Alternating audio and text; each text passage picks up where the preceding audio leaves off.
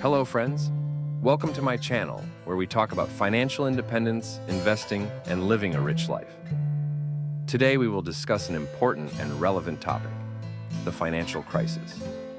No matter how hard we try, situations like crises still happen, but there is no need to panic. Instead, let's figure out how to learn from these events and use them to improve our financial literacy. Point 1. What is a financial crisis? So, let's start with the basics. A financial crisis is any major shock to the economy that has global consequences. It can be caused by a variety of factors, from bank errors to speculation in the financial markets. It's important to understand that similar crises have happened and will happen again. For example, the Great Depression in 1929 or the 2008 crisis, when the mortgage market collapsed and took millions of people with it. The emotions are usually negative: fear, uncertainty, panic. But it is precisely at times like these that the true opportunities for growth and investment become more apparent. Here are some common reasons for financial crises, along with their consequences. Reasons for financial crises. Excessive debt.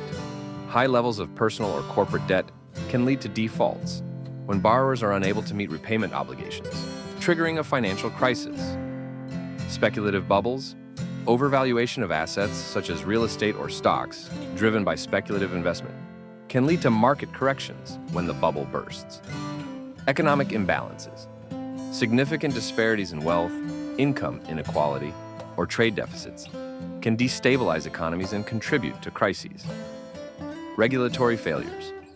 Inadequate regulation and oversight of financial institutions can lead to risky behaviors, excessive leverage, and ultimately, financial system instability.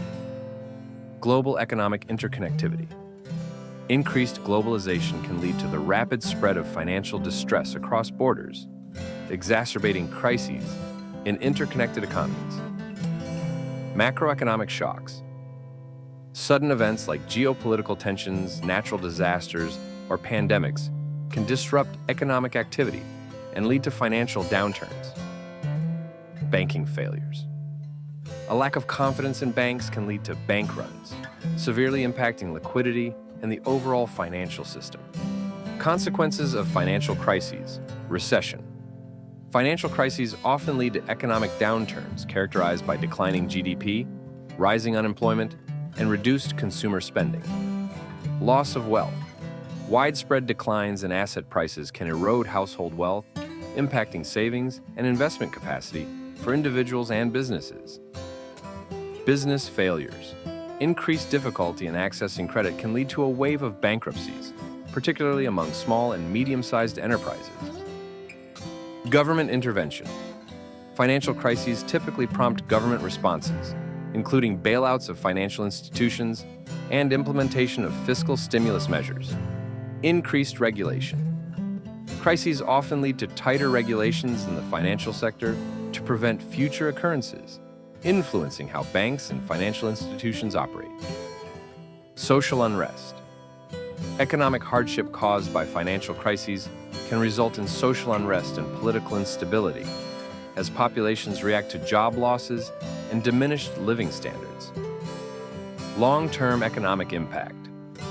The aftermath of financial crises can linger for years, potentially resulting in slow economic recovery and lower growth rates in the long term.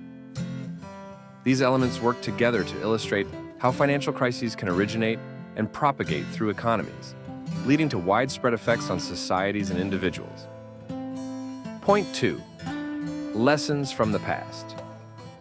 Let's remember how some successful investors dealt with crises. Warren Buffett said, "Be greedy when others are fearful." It's a golden rule. Many successful companies grow out of crises. For example, Airbnb and Uber were created during a period of economic instability. Why? Because smart businessmen saw opportunities where others saw only problems. Want to be the best? Learn from the examples of those who achieved success in turbulent times. Point 3. how to prepare for a crisis. It is important not only to react to a crisis, but also to be prepared for it. Here are some tips on how to protect your finances. Create a financial cushion. Ideally, you should have a reserve of 3 to 6 months. Diversify your investments. Don't put all your eggs in one basket. Invest in different assets. Learn about alternative investments, such as cryptocurrency. Bitcoin and other cryptocurrencies can be a good hedge in unstable times if you approach them wisely. Item 4. New technologies and investments. Let's talk about cryptocurrencies. Many people start investing in Bitcoin and altcoins, especially in times of crisis.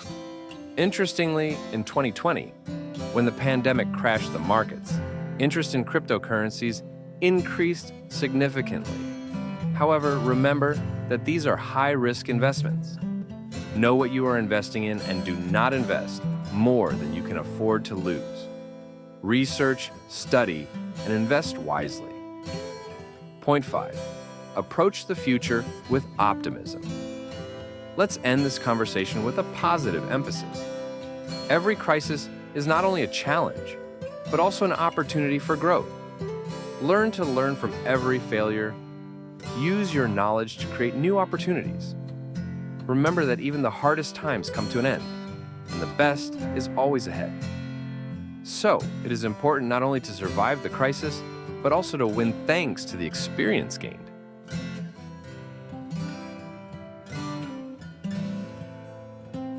Thanks for joining us today. If you enjoyed this video, please like, subscribe, and share your thoughts in the comments.